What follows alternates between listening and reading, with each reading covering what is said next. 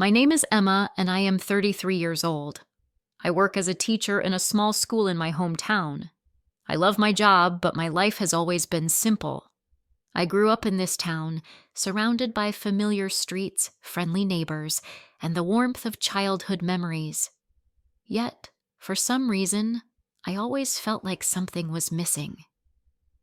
When I was 15 years old, there was a boy named Ryan who lived 2 streets away from me. Ryan was quiet and shy, but he had the kindest heart.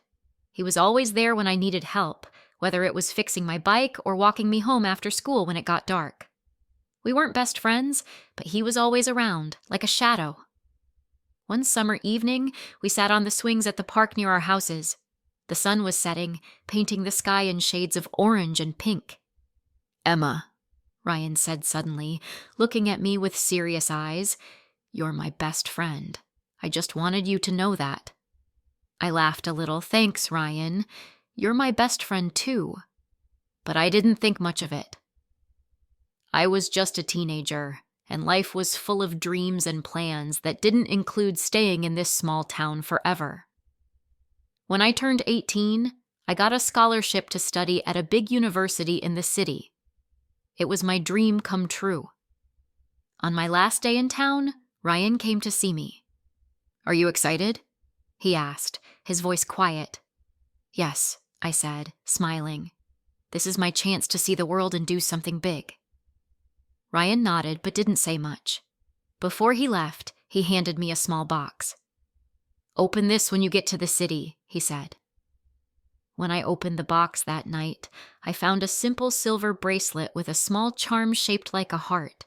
There was a note inside that said, "I'll wait for you." I didn't know what to think. At that time, I didn't take his words seriously. I thought he was just being sweet. Life in the city was exciting. I made new friends, went to parties, and studied hard. I didn't think about Ryan much. Occasionally, I'd see his messages on social media or get a short text from him asking how I was doing, but I was too busy to reply most of the time. Years went by. I graduated, got a job, and stayed in the city. I dated a few people, but nothing ever worked out. Sometimes, late at night, I'd remember Ryan and wonder what he was doing. But I never reached out.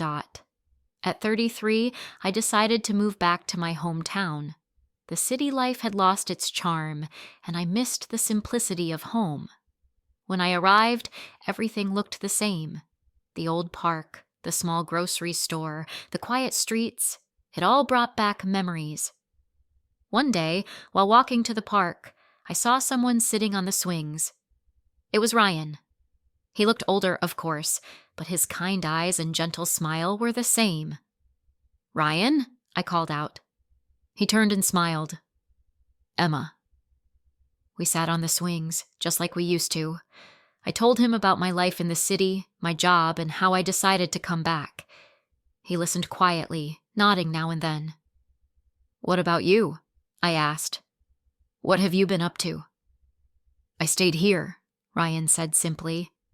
"I work at the hardware store now. It's not much, but it's enough." I felt a pang of guilt. I had left and built a life far away, while Ryan had stayed here. "Do you ever think about leaving?" I asked. Ryan shrugged.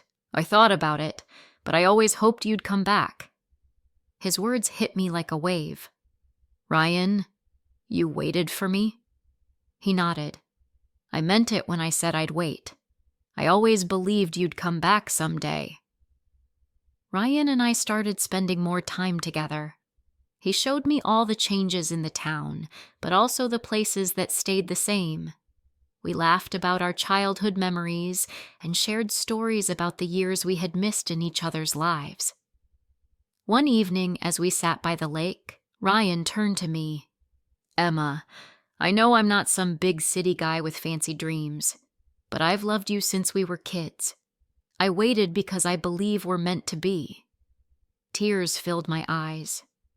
I had spent so many years looking for something, someone, when the person who cared about me the most was here all along. "I was so blind, Ryan," I said.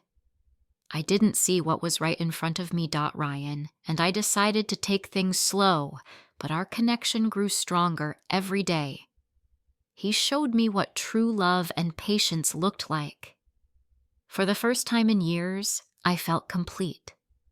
The missing piece I had been searching for was Ryan. We eventually got married in the same park where we had shared so many memories. It was a simple ceremony, surrounded by the people who knew us best. As we exchanged vows, I realized how lucky I was to have someone who loved me so deeply. Ryan waited for me for 10 years, and I would spend the rest of my life making sure he knew it was worth it.